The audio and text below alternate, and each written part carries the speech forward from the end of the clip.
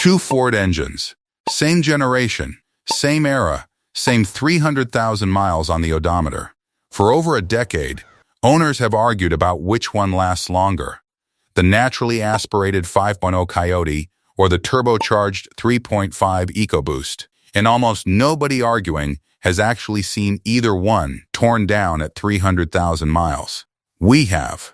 And the engine with the reputation for being simple and bulletproof is not the one that survived. Before we show you which engine gave out, you need to know why this comparison actually matters.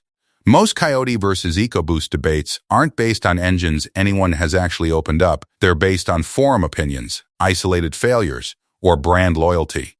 These two trucks were different. Same 2015 model year, same type of work, same maintenance schedule, same 300,000 miles. We tracked what each one cost at the pump, what it demanded in maintenance, and what it needed in unscheduled repairs. Then we pulled both engines apart to see what 6 figures of real mileage actually left behind.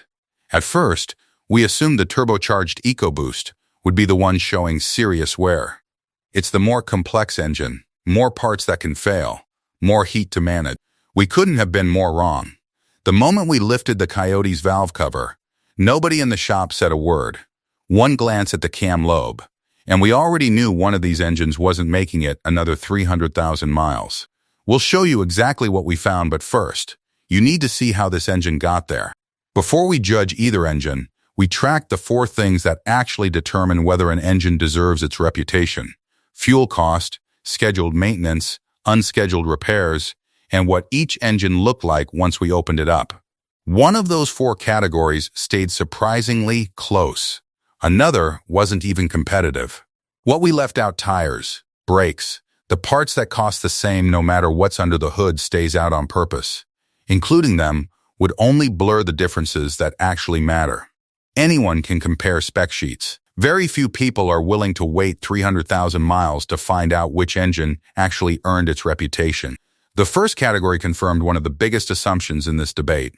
The EcoBoost pulled ahead at the pump, saving roughly $2,500 over 300,000 miles. But load it down and that lead shrinks fast towing. The EcoBoost averaged 11 miles per gallon building boost to make its power, while the Coyote held 14, simply leaning on its larger displacement instead of working harder for it. That gap mattered far less than what came next. Every engine tells you it's struggling before it actually fails. The question is whether anyone's listening. On the EcoBoost side, the maintenance stayed almost boring. Oil, plugs, 2 extra turbo-specific services over the life of the truck. Nothing dramatic. On the Coyote side, something quieter was happening. Its owner had heard a faint tick under load for almost 2 years. He figured it was injector noise. Every gas V8 ticks a little, right? That ticking became so normal that nobody even mentioned it until it destroyed the valvetrain. That single detail is the thread that connects everything we found once we finally pulled this engine apart. Here's the moment this entire video was built around. We removed the valve cover. 2 seconds of silence. Nobody said anything. The camera just held on the cam lobe, worn flat on one side, metal already visible in the oil. We already knew which engine had lost before anyone spoke. At 300,000 miles, the Coyote's valvetrain, the lifters and camshaft lobes most owners never think about, showed wear consistent with a well-documented issue, reported by many owners and engine builders, tied to how this engine manages oil pressure at idle. Sit at idle long enough, tow low and slow, run it the way a truck actually gets used, and that wear compounds until it becomes exactly what we found: one completely failed lifter, the cam lobe destroyed with it. The moment we saw that lobe, none of us needed compression numbers to know how this ended. The EcoBoost, the engine everyone assumes is the fragile one, came apart clean. Light, completely normal wear on the turbos. No metal in the oil. No compromised internals.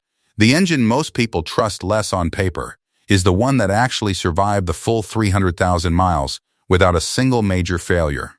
When we looked at the full 300,000 miles instead of individual categories, one conclusion became impossible to ignore. The EcoBoost's fuel savings came with a small cost of their own 2 additional services to keep its turbocharged system healthy.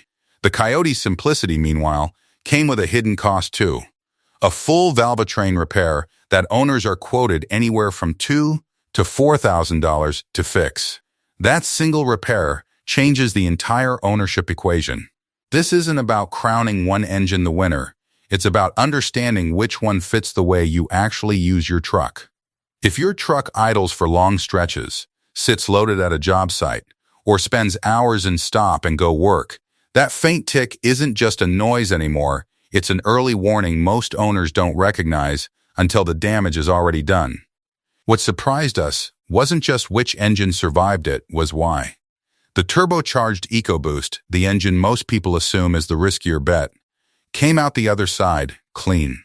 The naturally aspirated Coyote, the engine with the reputation for being bulletproof, is the one sitting in pieces on our bench. One engine lost because of how idle time wears down a part nobody watches. The other survived because someone finally listened to a sound most owners would have ignored too.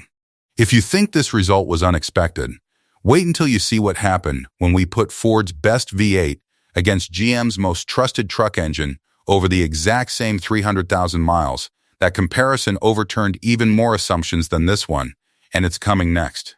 Because in the end, the way you drive determines which engine's weaknesses become your repair bill.